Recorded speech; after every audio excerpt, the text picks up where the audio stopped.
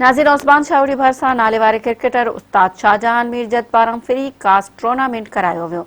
उन हवाले सां ॾिसो था सनाउल्लाह थेबो जी ही रिपोर्ट। उस्मान शाहूरी भरसा मीरजत बिरादर जे मौजूद शख्सियत मरहूम तालिब हुसैन मीरजत जी याद में पहिरीं फ्री एंट्री टूर्नामेंट मुनक़िद करायो, जंहिं में इलाइक़े वासियुनि, सियासी समाजी अॻुवाननि ऐं मीरजत बिरादर जे चङनि पिणु शिरकत कई। उन मौक़े ते मेरान टीवी सां ॻाल्हाईंदे संदनि चवणु हो त अगुण तपेदार जी याद में ही tournament cricket tournament Ibrahim Shah में मुनक़द कई वही आहे उनजे अज़ीज़नि माइटनि ऐं दोस्तनि जे तरफ़ां।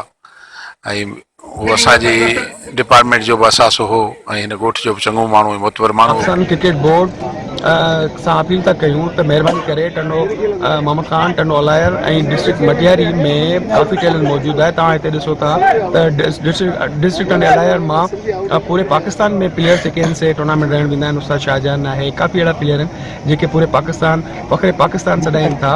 ऐं असां इहा अपील था कयूं किसी बि सां त महिरबानी करे नज़रसानी करे डिस्ट्रिक्ट टंडो अलायर खे जेको आहे सो वोट राइट जो हक़ ॾेई हुते जेको आहे सो टीमूं रजिस्टर कनि। मरहूम तालिब नाले सां थी रही है बहराड़ी जे इलाइक़े में। ये तमामु सेहतमंद हिकिड़ी सरगर्मी जेका क्रिकेट आहे उहा बैन अवी रांदि आहे। बहराड़ी में जेको हूंदी अॻे शहरनि जे अंदरि हूंदी, हाणे बहराड़ी में हर इलाइक़े में थिए पई।